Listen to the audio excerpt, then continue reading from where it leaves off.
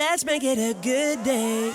Today on The Jason Show, Julia Roberts sits down for a rare interview with Jane Pauley and talks knitting, Pretty Woman, and that famous Oscar dress. Then, he literally wrote the book on 80s pop culture, Meet the Man who says movies from the 80s can teach you valuable life lessons. And he brought the house down on America's Got Talent. Singer Wynn Starks is live in our studio. The Jason Show starts right now. Here we go. Let's make it a good day. We do it our own way.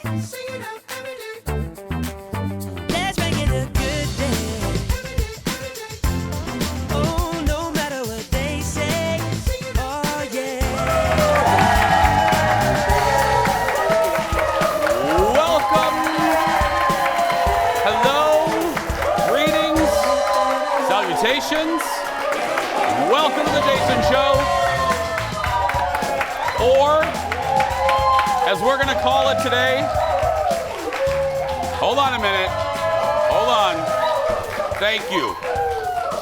Welcome to the Jason Show, or what we're going to rename the show today, Two Dudes in a Suit. Give it up for Pierre, everyone. That's right. Just has such a nice ring to it, I know. doesn't it? What a crowd, by the way. I know, My two goodness. dudes in a suit, Wow. talking pop culture. Okay.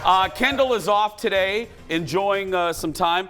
We have never done this. We've never done two dudes we never done a dude fill-in in the Ed McMahon seat there. Yeah. Season 8, baby. Breaking right. ground left and right. Well, you know Pierre. You know Pierre from Fox 9 Sports locally, and then if you watch our show, you know Pierre is like my Joan Rivers. He's a fill-in for me there. That's a very old reference, but anyway, it's people my age get it. How you doing, buddy? I'm doing great. How are you? How's Doing the weekend? Well. Good. I watched the Vikings game. Did you? I did. Wow, and heck of a finish, wasn't it? Correct me if I'm wrong. Yes. I'm going to try to talk about this with some level of sports intelligence. Okay. I can't wait for Okay. this. Can't wait. Get ready. Yeah. Weren't they supposed to really win that game? Yeah, well, Because the Bears are pretty bad from what my father-in-law was telling me. the Bears are not that great, and going into this game, I said, boy, this is a game that is just ripe for the picking for the Vikings to get beat. I thought there was a chance they could get beat in their own house, but, at the same time, it started out so well. They were up 18, almost let it get away, but in the end, all's well that ends well. But, okay, yeah. Yeah. But aren't the Bears, like, second to last in everything? Yes, they are. I know that, what? Pierre. I think this has all been a ruse this entire time. I think he secretly watches sports. I do not. How did your fantasy football team do yesterday? My fancy they did great. Oh Pierre. yeah, they did. Okay, great. I'm so glad. They did great. So glad. Pierre, Yeah. Pierre knows that I pick my fantasy football by the costumes, by what they wear. So, hey, Yes. sometimes that's how, my sister a lot of times she would say, hey, I like their colors. Yeah, that's a good that's thing. me. Go with that. Okay. That's what I did. Maybe you two should hang out at some point, yeah. Do you, if Pierre's sister's watching, I would love to hang out with you. Yeah. Did you, we had Michael Rappaport on the show I saw that. on Friday. Yeah. And look, I do want to acknowledge, because I do see the emails. I know he's not everybody's cup of tea. He says controversial things, but you know what?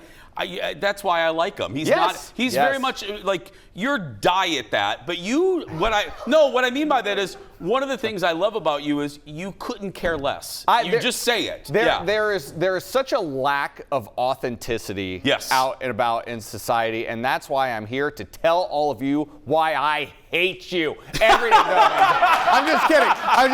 I love you all. Thank you for tuning into the Jason Show. But you're right, because I know what I like about him is, because you're absolutely right, a job in this position, you do try to twist yourself into a pretzel to not offend, because no matter what I say, Jeff and Ted will inevitably get 3 to 4 emails. And that's the truth. I really do mean that. So Michael is refreshing. He doesn't care. No, he doesn't. No. He doesn't. I do care to a certain extent, but for the most part too, not really. No, yeah. I went to see a show on Saturday night at House of Comedy. Yes. Okay. And he was so good. He was so funny. If you are allergic to cuss words, I wouldn't have. You shouldn't go to that show. But we had a great time, and this is how nice this dude is. Yeah. 2 minutes after the show was over, he sent me a DM thanking me for being in the audience. Love that. I mean, literally, he just walked off the stage and he shot me a DM. He goes, hey, my man. He goes, thanks for being in the audience. I go, oh my, well, thank you. I mean, it was so fun. I love hearing stories like that too. He was just, That's awesome. He was nice to the crew. 50,000 crew members took a picture with him. How many photos did Lori Fisher take with him? Like well, 10,000? there's that question too. Yeah. Senior executive producer Lori Fisher would take, so she to everybody, and he was so nice and did it all. I'm going to get a talking to about that one. That's all right. Welcome. That's what you do when you come to this show. You get a talking to. Let's get started, everybody. Roll it, Leo. It's time for the hot dish. Here we go. First up, Julia Roberts has a new movie, a new rom-com with George Clooney coming out in a couple weeks. It's called Ticket to Paradise. So she's oot and a boot publicizing it. She was on CBS Sunday Morning on Sunday morning and talked about the movie that put her on the map. Look. But 1990 was a different story. An unlikely story made Julia Roberts, who's never had an acting class, a star. You got the part of the drug-addicted prostitute who has a relationship with a very rich man. And the end of the movie was him stopping the car, opening the passenger door, basically pushing her out into the street and driving away. Good on you for getting that part. Thank you. Yeah. Pretty grim stuff. And then the studio went bust. I think over the course of a weekend, I didn't have a job. And then about a week later, they said, oh, the script was sold to Disney. Disney? Yeah. Right? With Gary Marshall, known for Family Fare, The Odd Couple, and Happy Days, directing. He didn't see Roberts in the part, but as a courtesy, he did see her. And he goes, what's the story with you? Some people say you can't dress her up. Some people say you can't dress her down. I don't know what it is. I said, I don't know what it is. Well, we found out what it is with that movie. I love Pierre. But I just learned something about him while that clip was rolling that I think fundamentally changes our relationship. Oh, boy. I feel like Kendall's sitting next to me. He's never seen Pretty Woman. I have never seen Pretty Woman. No, I haven't. It just, it's just one of those things that never materialized. Just never got around to it. 30 years! I know. By the way, no disrespect to Jane Pauley, who is a journalistic legend, but I couldn't help but laugh. She was like, you got the role as a drug-addicted prostitute. I was like, what? Jane does go in. She puts her Today Show voice on a little much. Yeah, you are right about that. But I do love that they mention that movie, when you do see it, Pierre, was supposed to be a lot darker than what, it was a bad movie, and then Gary Marshall Disney-fied it and made it a happy hooker story. And thank goodness for that. Yes. Well done indeed. I'm going to rectify this the next time I'm on this show, whenever that may be. Yeah. I will have watched Pretty Woman. Please. So I can at least review it. Yeah. They also talked about her Oscars dress from 2001 when she won for Erin Brockovich. So it was a vintage Valentino, and it fit perfectly the first time she tried it on, which was a day before the Oscars. And she talked about how now her teenage daughter was going through her closet trying to find a dress for prom. And they're like, Mom, what's this? Can you imagine just going through somebody's, do you have a vintage Valentino in your closet? I can't say that I do. I did see Erin Brockovich, though. I have seen that movie. I did see that movie. Yeah, that was boring, though. What? Yeah, it was boring. Erin Brockovich was boring. Okay, we're moving on. Next in the dish. Whatever. Netflix has dropped the trailer for Lindsay. Okay, now, watch this. The trailer for Lindsay Lohan's upcoming Christmas movie is out. Okay, yes. It's called Falling for Christmas. Let's look at it. When people look at me, all they see is the spoiled daughter of the hotel magnate. I'm coming in hot. I just want people to remember me for more than my last name. My lady. Where exactly are we going? Sierra Belmont. The last year with you has been truly magical. Will you marry me? Oh, Dad! Oh, Dad! I've got you! Whoa. Is it a dead body? Sheriff, could you please tell her to let me out of here? First, we need to figure out who you are. What do you mean, who I am? My name is My name is... So what are we supposed to do with her? I have a place. Does it have room service?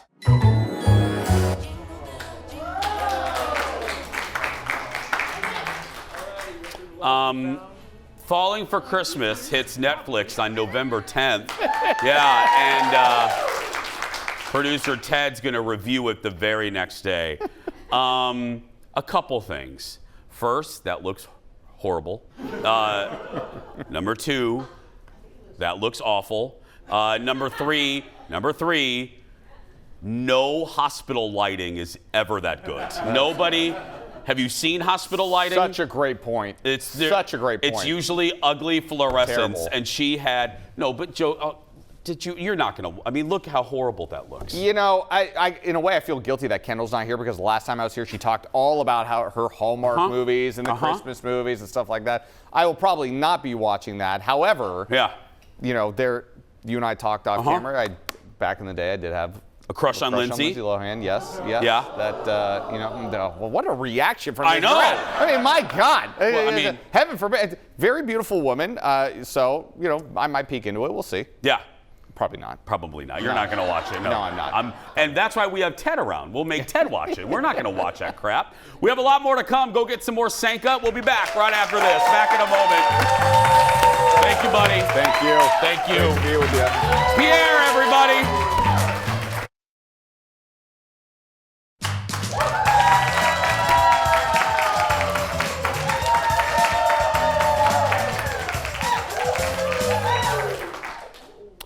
Pierre's gone now, so we can talk about him, right? Yeah. We could only afford... Pierre is such a hot commodity, we could only afford him for half a segment. That's right. He's what? Yeah, he's going to work on his third show. He hosts the Gopher Game Day. So I love PJ. He's a good guy. Or not PJ. I'm thinking of Gopher. I like PJ Fleck too, but yeah. Welcome back. Disney sparked some controversy when they announced that a black woman would play Ariel. Oh, imagine. So ridiculous. On the live-action remake of The Little Mermaid, you guys know the outrage about that. SNL poked fun of it all, and that is our late night rewind. Some people online are now calling you a hero and a role model. Role model to who? Black girls who want to be a fish? I gotta be honest, Colin, it's a lot of pressure. People are all like, oh, Ariel, you're perfect. You're the hero we need. I am normal. Yeah, I guess hero is a lot to live up to, yeah. It is. I did not ask for any of this. My mom got drunk and had sex with a tuna, and now I'm here. Yo, whoa, y'all gotta chill with the hero talk. Right, so I guess you're not perfect, right? Honestly, worse than that. I'm kind of bad. Oh. Yeah, I grew up rich. Like Bezos rich. My dad was the king of the sea. We had money. I used to ride around on little seahorses for fun. Oh, well, what's wrong with that? Down there, those are just poor people.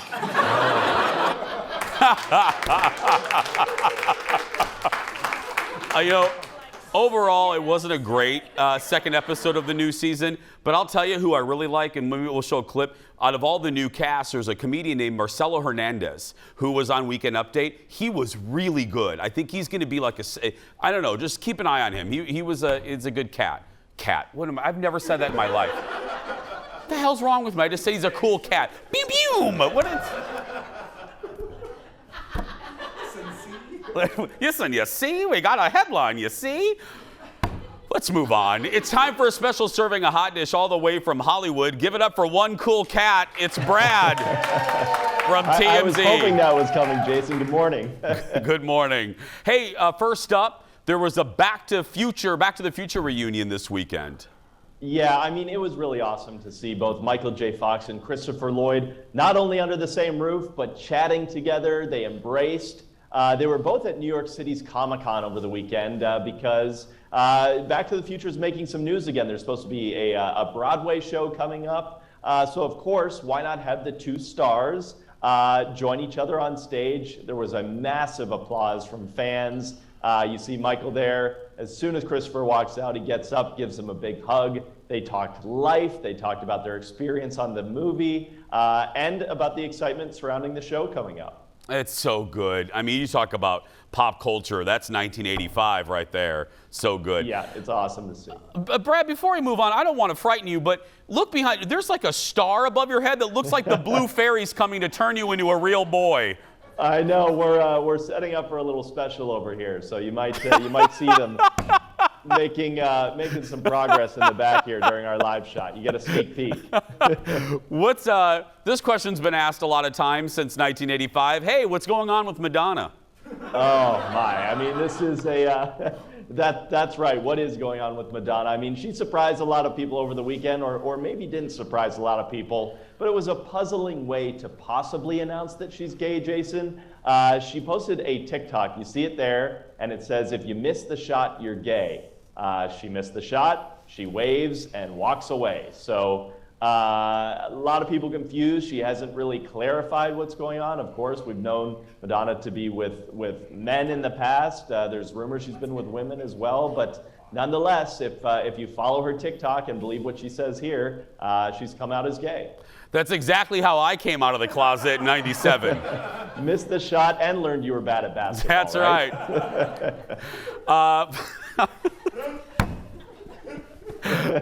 Finally, a training session with Arnold Schwarzenegger could be yours, but it's not cheap. Yeah, I don't know about you, Jason, but this one's a little bit outside the budget for me. Arnold Schwarzenegger, not one, but offered 2 private training sessions you see at Gold's Gym in Venice here over the weekend. But these men both won a charity auction for Arnold's after-school program, a charity that he's had for about 30 years. Each session cost $150,000. Oh, whoa. To get some advice and some pointers. Of course, a crowd gathered to watch him. It's for a good cause, and if you've got the money, great. But this is just one I think the average Joe certainly couldn't afford the training session. No, I hope you get a meal plan with that. At the very least, some dietary advice. Exactly. Have a good week, Brad. Thank you, buddy. Thanks, Jason. Brad from TMZ. That's a lot of money for a personal training. I wonder how long it was. Like an hour? You better get an hour for $150,000, for heaven's sake. What? I would hope, yeah. Next in the dish, Charlie Puth, oh, I love him, is opening up to Rolling Stone about his career. And he revealed why his first record deal with Ellen's label didn't exactly pan out. So he signed with her label, 1111, in 2011. But in the 4 years he was under that deal, Charlie is saying he barely released anything. He says he basically got ghosted by Ellen's label. He didn't have anything negative to say about Ellen, but said the people who were initially in the room just disappeared. So he's the second person to come out against Ellen's record label. Grayson Chance, you'll remember, we told you about this story, was more direct in his criticism of Ellen, calling her manipulative and opportunistic. So, yeah. Puth, by the way, but here's a little happy spin on this. If you haven't had a chance, Charlie's new album is out. I listened to the whole thing this weekend. It's so good. It is such a good album. Every song. And he did it. I love him. You know, I'm trying to get more on the TikTok. Addie, our social media. I'm trying to get on TikTok more, so I'm on it. My mom, she doesn't want me. My mom is 68. And she is on TikTok 50 times more than I am. She is. Oh, Dar loves the TikTok. Oh, my God. Every day I get a call. Did you see that donkey that sang the Star Spangled Banner? I'm like, no, I didn't see that. That's real. There is a donkey that sings the Star Spangled Banner. Anyway, but Charlie did his whole album on TikTok. He took questions from people and then incorporated sounds or questions that they asked him into the tracks. It's awesome. He's my favorite person to follow. Mom, go follow Charlie Puth. You'll like him. Next in the dish, the Addams Family spinoff, all about Wednesday Addams, is coming out in November. And I know, I can't wait. Come back to the TV, everybody, because Netflix just dropped the full trailer for Wednesday. Look at this.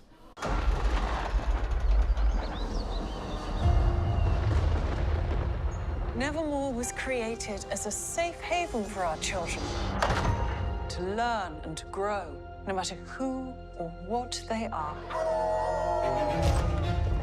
Should we meet your new roommate? Are you feeling okay?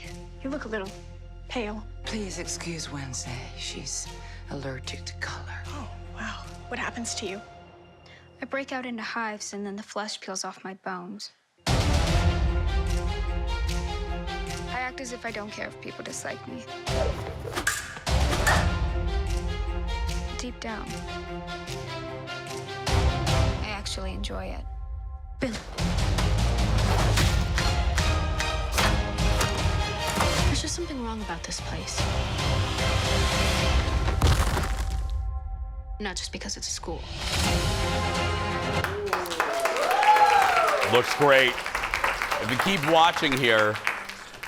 watching here, you'll see the original, not the original, but the 90s era Wednesday Addams. Oh, look! There's Fred Armisen as Uncle Fester, but you'll see Christina Ricci is back. She makes an appearance. Anyway, Wednesday stars Jenna Ortega. She plays Wednesday. Catherine Zeta-Jones, Christina Ricci, like I said, Louise Guzman, and more. It's a great cast. And this is so brilliant. Out of all of the characters to spin off, this makes so much sense to do Wednesday. And to have the Academy, it's like a really dark Harry Potter kind of. You know what I mean? It's like a really twisted Harry Potter. I don't know. I think it's fantastic. I love that. And I love Christina Ricci plays like an RA or some teacher at that school. RA. It's probably a little old for that. That's right. Jeff is so proud that he was an RA in college. That's right, executive producer Jeff. Trust me. Anyway, next in the dish. As we mentioned in Late Night Rewind, SNL was new over the weekend. It was the second week for the new cast members. And in a digital short, the new cast talked about the advice that they got before their debut. Look. Lauren told me, don't do too much in the first couple shows. Let the audience discover you and get to know you. He told me to find writers who understand my voice, my odd, haunting voice. He told me to just be me, to trust my instincts from stand-up, and that I know how to handle an audience. He was really sweet about it. See, this is all kind of crazy to hear, because on day one, Lauren pulled me into his office and said, Molly, there's only one reason you're here.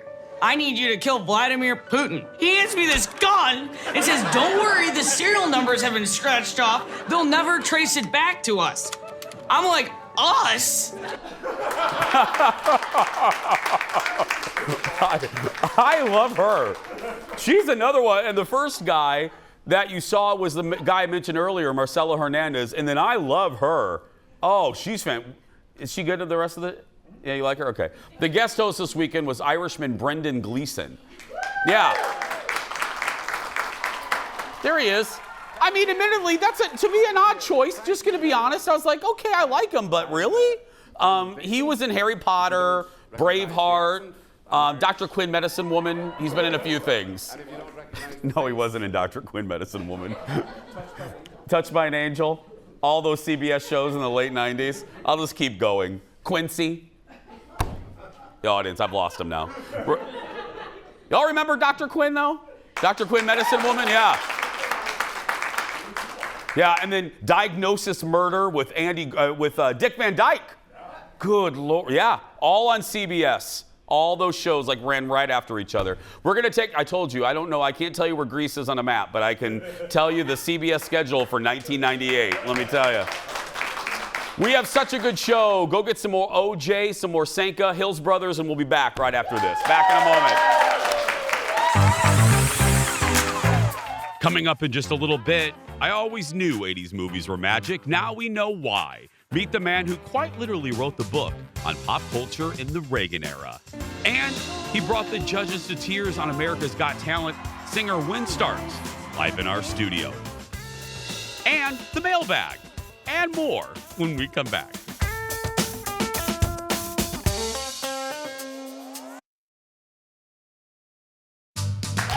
Welcome back.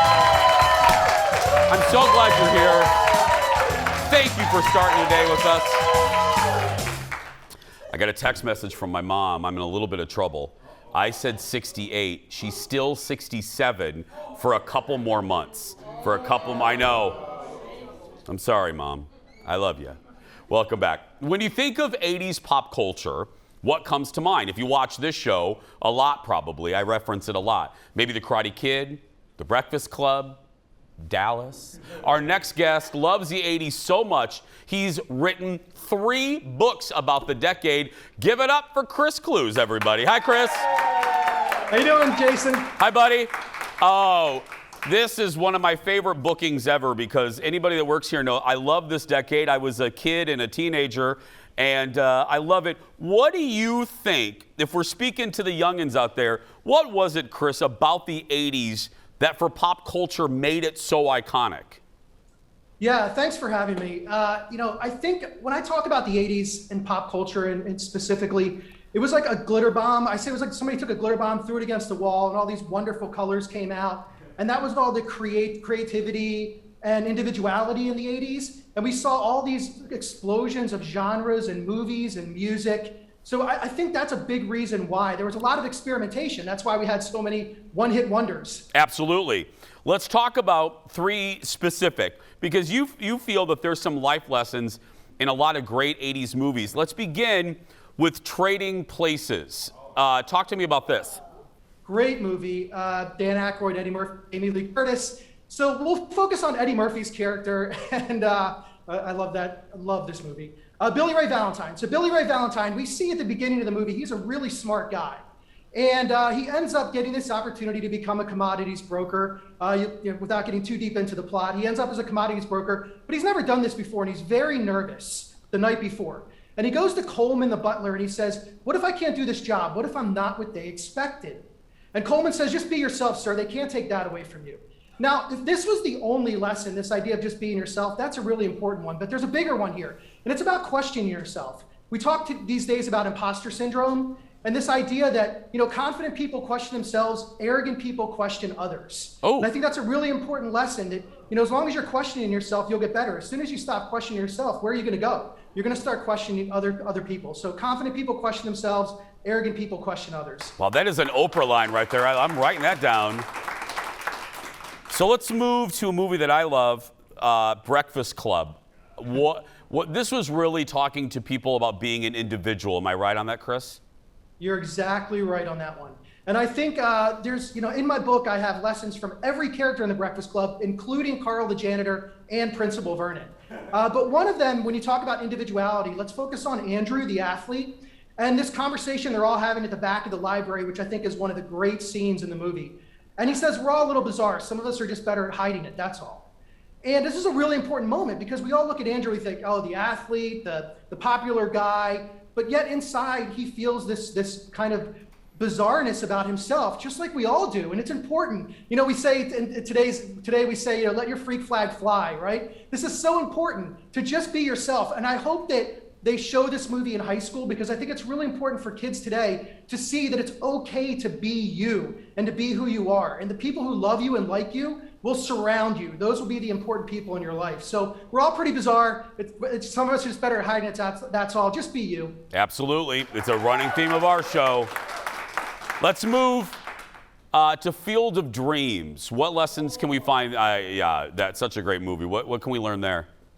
Yeah, you put you put Hollywood and baseball together, and it's usually there's usually a pretty good result. And then you add James Earl Jones, who you're showing there, and it's a great result. So we talk about the idea of logical and illogical, and so here is this farmer who decides that he's going to take his crop, the corn, that pays the bills and takes care of his family, and he's going to raise it, and he's going to build a baseball field in the middle of it because he heard a voice tell him that he should do it. And so we think about this, and he even says to Annie, his wife, he says, I've just done something totally illogical. And it's this idea of logical equals safe, illogical equals crazy, quote unquote crazy. But what do we get from illogical ideas? We get innovation, creativity, right? Without the illogical, we're not going to have these great inventions that we have today or we've had in our history. Logical is important for building bridges and roads, of course, but illogical is a lot more fun, and that's really where we get our advancement from.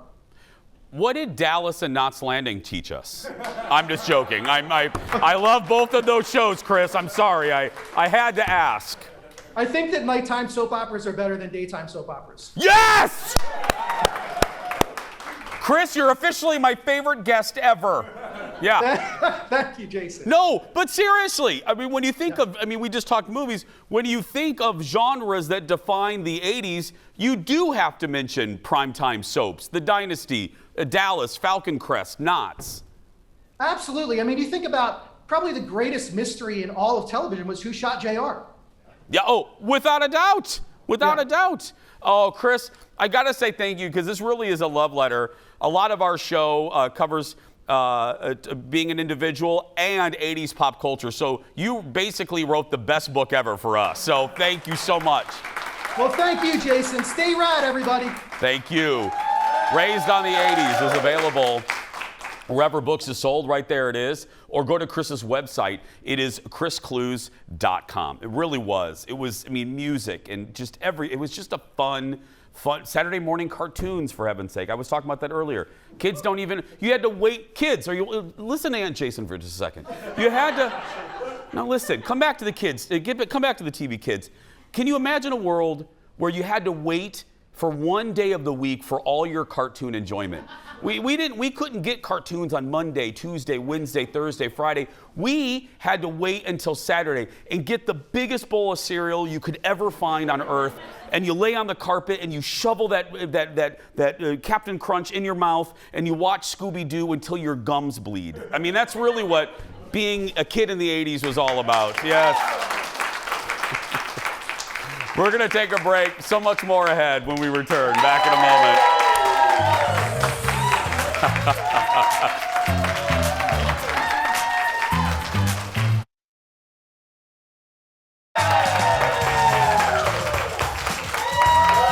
Welcome back. It's Monday, which means it's time once again to open up the Jason Show mailbag. Roll it, Leo. Here we go. You got mail. That's right. Many of you commented. I mentioned it earlier in the show on the interview we did with Michael Rappaport. Our TikTok with Michael is getting thousands and thousands and thousands of views already. Kelly says, Kelly says, Michael Rappaport is awesome. Thanks for having him on. No, thank you. And Mike says, great interview. Nice to see a celebrity who doesn't think we're flyover folks. Yeah. Actors and comedians, they actually like our city for all the reasons that Michael pointed out. Next up, Joni, hi Joni, commented on one of our Before the Show shows from last week. That's on Facebook, where you get to sit in on our pre-show meeting. She says, I don't know why we don't have an entire hour of this. I love this sort of off-the-cuff show. Well, we would lose our job. I mean, we literally, because truly, the Jason Show Before the Show on Facebook, I'm not joking, is 15 minutes of us making fun of Ted. That's all we do. I mean, 15 minutes of making fun of Ted. And then we move on. We make fun of Leo. And then the three of us make fun of Kendall. And then Kendall tells us all where to go. And then that's it. And then we roll credits. That's literally the show. Yeah. No, it really is. It's so, we should. That would be a fun show to do. Just do an hour of that. Good idea. Next, I mentioned last week my trip to North Branch. So this is, North Branch is, well, north of the, thank you, audience. It's north of the Twin Cities. And I talked about how I stood in the parking lot of a Holiday gas station, and I looked across the street, and there was another Holiday gas station. Christine wrote in and said, hey you, I live near North Branch and wanted you to know that if you go over the highway, there's yet another Holiday gas station. A lot of people wrote in about There's three? Yes. Dear good people of North Branch, why the hell do you need all those Holiday stations? How much gas do you need? We need to go up there and do a live show from all three holidays. We'll start the first segment and then move to the parking lot of the next one. Like a progressive dinner. Well, yeah. Oh, we'll do a progressive dinner. That's right. We'll serve like appetizers at one, we'll do salads at the other, and then yeah. Finally, we keep getting comments about the marmot that sits behind Kendall on her close-up. There he is right there, yeah. He's a cute little guy, isn't he? Last week, I wondered what a marmot really is. And as you do, the internet responds. Poor Jeff and Ted had to read hundreds of emails. Deb says, hey, Jason, a marmot is a large ground squirrel found throughout the U.S. and Canada. Yeah, I didn't know that.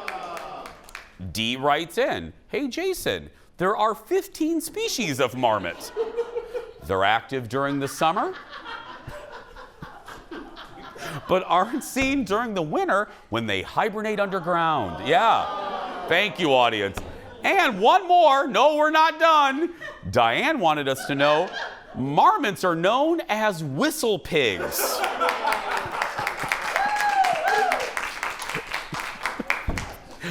Hold on a minute. Hold on. That's woodchucks. That's woodchucks. That's right. And our guest coming up just left. He just was like, what the hell show am I on? He goes, what am I on? You can stay connected with us on social media. Check us out on Twitter, Facebook, and Instagram. Just search for Jason Show TV. We're going to take a break. We'll be back after this. There he is. There's the whistle pig.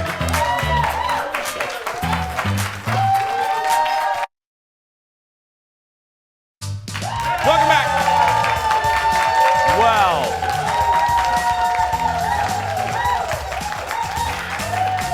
I love good people, and our next guest is good people, yeah. A few months ago, he brought the house down, almost literally, during the auditions on America's Got Talent on NBC. Win Starks shared the story of losing his twin brother, who was the inspiration for his original song, Who I Am. Look at this. It's always been there, it just took me a minute to find it. If I were to be anybody else, I'd just be hiding who I am, who I am. It's always been there, it just took me a minute to find it, who I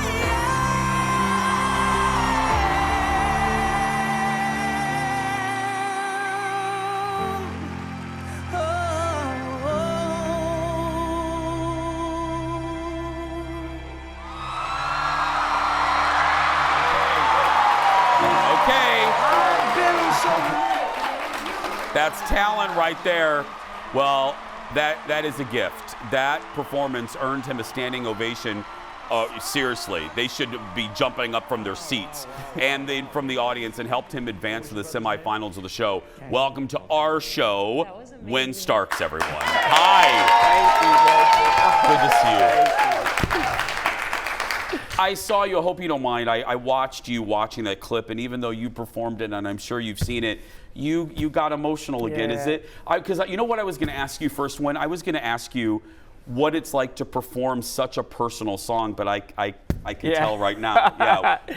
Yeah, it meant everything to me, you know, being able to honor my brother on a platform like that too, and every time I see it, I just see him, you know, in a special moment. Because I actually wrote the song before he passed, but it's one of his favorite songs, and so, you know, to be able to just, you know, honor him, like I said, in that way, and get the response of love and outpour of love I've gotten, it just means everything.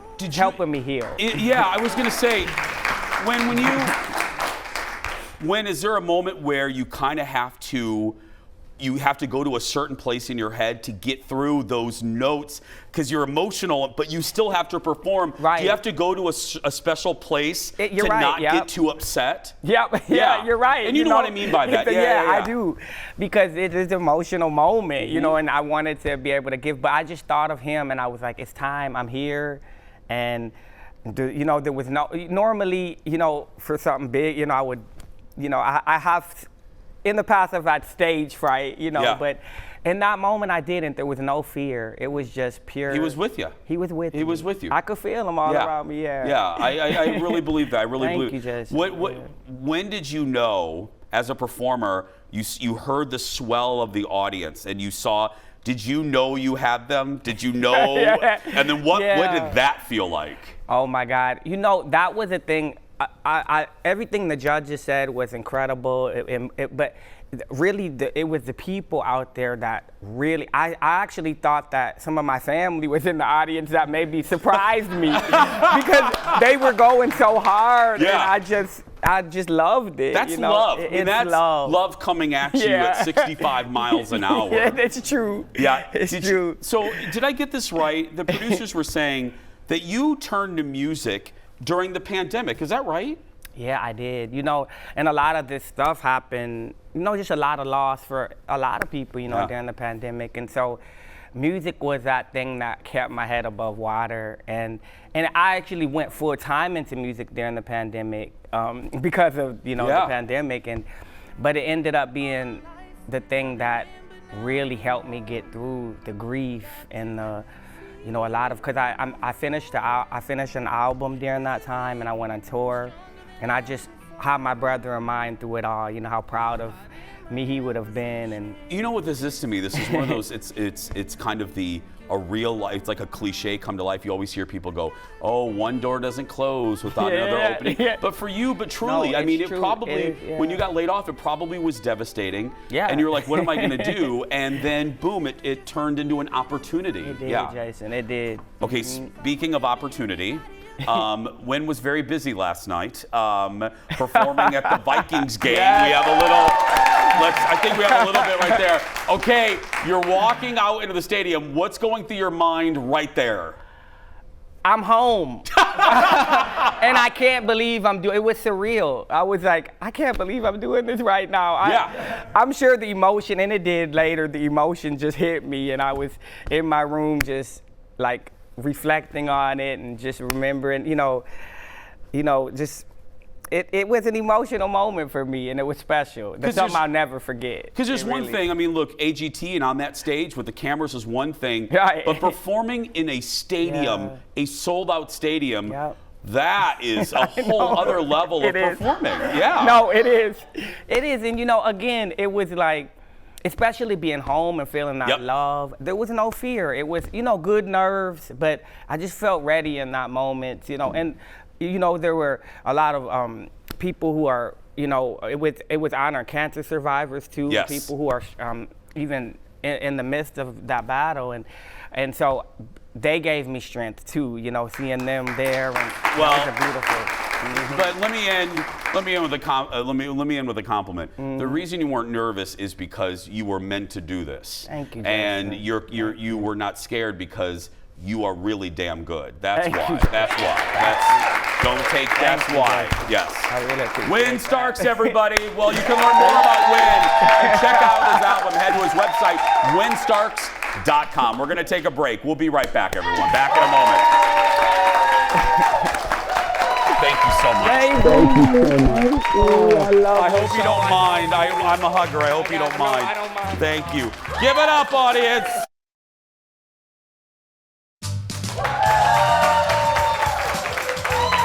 Welcome back.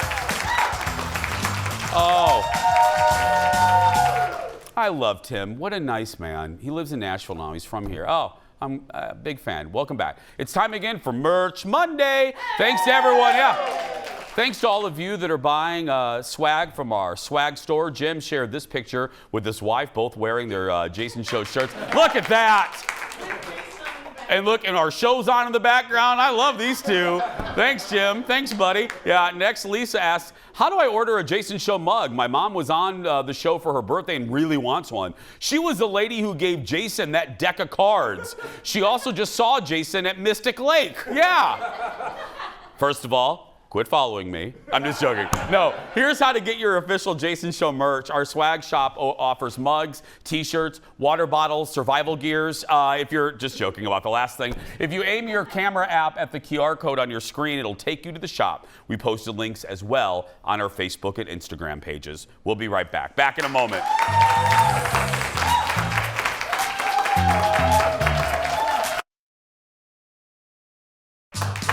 Welcome back. Okay, let's get right to it, Leo. It is time for the surprise goodbye. The combination of music there, that was a lot. Sorry, Leo. Today, football fans are doing a double take in London. Look, during the Packers game, cameras found a guy who looked eerily similar to quarterback Aaron Rodgers. The announcers even did a side-by-side to point out the real Rodgers and the guy dubbed not Aaron Rodgers. Packers left London with a loss. Look at that. He looks just like him. Oh my goodness. Okay, anyway. Hi, tomorrow on the show, we'll chat with the social media influencer who's become a Minnesota meme guru. Plus, Kendall and Shannon, go sword shopping. Go out there and be yourself, because nobody can tell you're doing it wrong. Bye, everyone.